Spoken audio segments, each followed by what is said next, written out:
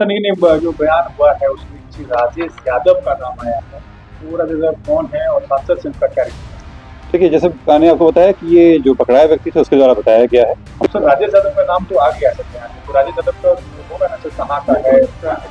मैं आपको वही बता रहा हूँ जिस तरह से वो पूर्णिया के एसपी एक पर एक खुलासे करते जा रहे हैं। पप्पू यादव को धमकी देने के मामले में फिर से बड़ा खुलासा हो गया है और पूर्णिया एसपी ने इशारों में कह दिया है कि पप्पू यादव के सहयोगी राजेश यादव कभी भी गिरफ्तार हो सकते हैं। हालांकि गिरफ्तारी की तलवार तो पप्पू यादव पर भी लटक रही है, क्योंकि पप्पू यादव पर यह बड़ा आरोप लग रहा है और पूर्णिया एसपी को साक्ष्य भी मिल चुके हैं कि पप्पू यादव ने खुद को धमकी दिलवाई थी, खुद ही धमकी दिलवाई थी और पप्पू यादव के सहयोगी राजेश यादव ने ही धमकी देने वाले से 2 लाख रुपया में डील की थी और इसके लिए 2000 रुपया एडवांस भी दिया गया था। यानी कि पप्पू यादव को धमकी देने की कीमत मात्र 2 लाख रुपया लगाई गई थी। हम तो पप्पू यादव जी को माननीय सांसद महोदय समझते हैं। वो तो खुद कहते हैं कि उनके पास अरबों खरबों की संपत्ति है, हजारों एकड़ जमीन है। कई बार वह कह चुके हैं कि अब तक करोड़ों रुपए बांट भी दिए हैं और आगे हम आपको सब कुछ बताएंगे। लेकिन आप अब सबसे पहले पूर्णिया एसपी का ये बयान सुन लीजिए।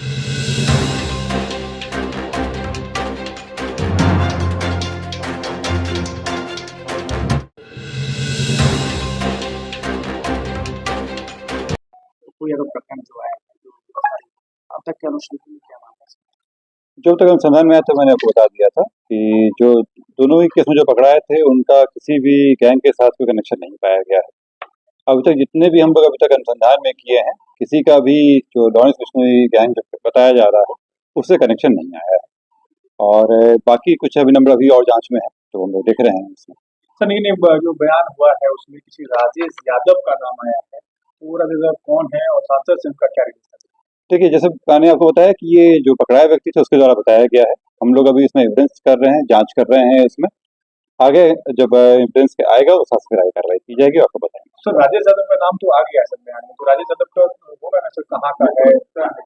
मैं आपको वही बता रहा हूँ जिस तरह से वो दिया है, जो उनके द्वारा बताया गया था वो मैंने आपके सामने रख दिया है इसमें। ये हम लोगों के अभी अनुसंधान का विषय है कि इस पे क्या आता है एविडेंस, साथ में क्या उनका मूवमेंट वगैरह है, वो सब देख के फिर आगे कार्रवाई की जाएगी इस पे। इसके अलावा भी बहुत सारा कॉल आया है, पाकिस्तान, मलेशिया या अन्य जगह से है। वो क्या पाकिस्तान से है या इंडिया में रह के? जैसे मैं आपको एग्जांपल दे रहा हूँ, जो पहला जो व्यक्ति पकड़ाए थे, महेश यादव जी पकड़ाए थे, वो दुबई का नंबर इस्तेमाल कर रहे थे। तो ये जो व्हाट्सएप पे नंबर चल रहा है वो जरूरी नहीं है कि उसी का इस्तेमाल किया जा रहा हो। व्हाट्सएप पे का रजिस्टर होने के बाद अलग नंबर का भी वो इंटरनेट पे चलाया जा सकता है। उसी तरह से ऐसे कई मामले आए हैं जिसमें नंबर रजिस्टर कहीं और से कराया गया, लेकिन इस्तेमाल हिंदुस्तान में हो रहा था। और तो उसमें हम लोग कई बार किए, कई नंबर से अभी बंद भी हो गए हैं क्योंकि इस पर कार्रवाई की गई थी। तो ये जरूरी नहीं है कि जो नंबर वहां से आ रहा हो, लेकिन हम लोग उसी को मान के चल रहे हैं, सत्य है और उसका क्या एंगल है उस पर देखते हुए जब तक इसे झुठला नहीं दिया जा सके। जो आरोपी क्या उसकी जो कॉल को संभाला गया है, तो कॉल रिकॉर्ड में कुछ आया है क्या? उसकी तरफ से किसने कॉल कराया था या फिर कोई अमाउंट जो गया है उसको, उसका क्या कोई डिटेल्स पता चला है? मैम, इतना स्पेसिफिक डिटेल्स देना उचित नहीं होगा इसमें, क्योंकि अनुसंधान बाधित हो जाएगा इसमें। लेकिन जो आप कह रही हो मैं समझ रहा हूँ, लेकिन उस पर हम काम कर रहे हैं। बेल मिल गया सर क्या राम बाबू? देखिए, जो नॉर्मली जो ये है इसमें 7 साल से कम सजा हो, उसमें जब तक कोई और कारण ना हो उसमें रिमांड नहीं किया जाता है इसमें। और इस मामले में भी कोई और नहीं बैठ रहा था, इसलिए इनको बेल दिया गया। ये जो बीएसएस का जो नया है उसका हमें बता दिया गया। अच्छा, रात में फिर धमकी की बात आ रही है, क्या है समस्या? जैसे मैंने आपको पहले भी कहा कि हम लोग अभी तक जो अनुसंधान में आया है उसमें ये कहीं नहीं है कि अभी उनका लॉरेंस बिश्नोई ग्रुप से रहा हो, लेकिन भविष्य में क्या हो उसके बारे में हम लोग नहीं कह सकते हैं। हर एक थ्रेट को हम लोग मान के चलते हैं कि नया थ्रेट है, इसमें हो सकता है कि कोई संभावना रही हो जिसमें थ्रेट हो इनको। भले ही पहले के जितने भी आए हों उसमें अभी तक नहीं पुष्टि हुई हो, लेकिन हर एक थ्रेट को हम लोग सीरियसली लेते हैं। लेकिन जो थ्रेट आ रहा है उसमें लोग काम कर रहे हैं। क्या कॉल डिटेल्स वगैरह निकाला जाए? क्या उसमें किया जा रहा है वो मैं आपको नहीं बता सकता हूँ। महेश पांडे जो नामक युवक पकड़ाया था पहले, जो बता रहे थे उसमें कि हम लोग जांच करते हैं उसमें, अगर उसमें लगता है कि इस तरह कुछ है तो फिर हम आगे बढ़ते हैं।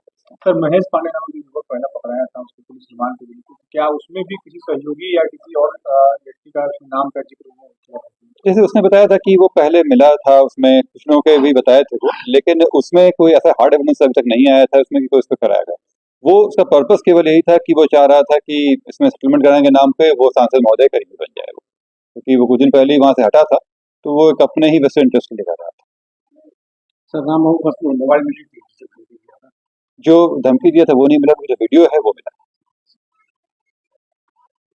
बोला कि तालाब में फिर हाँ, आपने पूर्णिया एसपी का बयान सुन लिया होगा। आपको बताते चले कि लगातार पप्पू यादव को धमकी देने के मामले में रोज नए नए खुलासे हो रहे हैं। एक तरफ जहां पप्पू यादव एसपी को धमकी दे रहे हैं, कह रहे हैं कि तुम वर्दी खोल करके हमसे मिल लो, नीतीश कुमार को गाली गलौज कर रहे हैं, वहीं पूर्णिया एसपी ने साफ तौर पर कह दिया है कि हर थ्रेट की अलग अलग तरीके से जांच की जा रही है और जांच में जो भी पाया जा रहा है आखिर उसका पूरा खुलासा तो नहीं किया जा सकता। जब उनसे पत्रकार पूछता है कि आखिर जब इसने राजेश यादव का, यानी कि धमकी देने वाले ने जिसकी गिरफ्तारी हुई थी, उसने जब राजेश यादव का नाम बता दिया, फिर राजेश यादव की गिरफ्तारी अब तक क्यों नहीं हुई, इस पर पुलिस चुप हो जाती है। पूर्णिया एसपी चुप्पी साध लेते हैं, लेकिन फिर एक सेकेंड के बाद वह कहते हुए पाए जाते हैं कि हालांकि जिस भी नाम का खुलासा हुआ है हमारी जांच जारी है और हमारी जांच आखिर कहां तक पहुंची है यह हम प्रेस मीडिया के सामने में पब्लिक नहीं कर सकते, क्योंकि ये जांच का विषय है, अनुसंधान का विषय है। लेकिन उन्होंने एक बात की तो गारंटी दी है कि इस मामले में जो भी लोग दोषी हैं सबको जेल की सलाखों के पीछे जाना पड़ेगा। एक तरफ जहां आजकल पप्पू यादव संसद में गरज रहे हैं रेलवे को लेकर, वैकेंसी को लेकर, ट्रेन में जनरल डिब्बों को लेकर, और इसके लिए पूरे भारतवासी उन्हें सपोर्ट करते हैं, लेकिन जिस प्रकार से पप्पू यादव पर Z+ सिक्योरिटी लेने के नाम पर खुद को ही धमकी दिलवाने का जो आरोप लगा है, इस नौटंकी को भी पूरे भारत के लोग समझ चुके हैं। और पप्पू यादव की तो अब ऐसी हालत हो गई है कि आप एक चीज जान लीजिए कि पप्पू यादव को अगर सही में भी लॉरेंस बिश्नोई या किसी भी द्वारा अगर धमकी दी जाती है तो शायद ही अब कोई भरोसा कर पाएगा कि पप्पू यादव सच बोल रहे हैं, क्योंकि झूठ की हांडी सिर्फ और सिर्फ एक बार चढ़ती है और जब लोगों को आपकी सच्चाई पता चल जाती है उसके बाद आप नजरों से गिर जाते हैं। और पप्पू यादव भी लोगों की नजरों से गिर गए हैं, और वो इसलिए क्योंकि जिस प्रकार से वो लगातार सनातन धर्म पर आक्रमण करते रहते हैं, जिस प्रकार से वो लगातार बयान देते रहते हैं, कभी किसी का विरोध तो कभी किसी का सपोर्ट, यानी कि पप्पू यादव को डगरा का बैगन भी कहा जाता है। और इन सारे मुद्दों पर आपकी क्या प्रतिक्रिया है? क्या आपको लगता है कि पूर्णिया एसपी राजेश यादव या फिर पप्पू यादव को गिरफ्तार भी कर पाएगी? आप जो भी सोचते हैं, जैसा भी सोचते हैं, अपनी प्रतिक्रिया जरूर दीजिएगा। जुड़े रहे हमारे साथ। जय हिंद, जय भारत।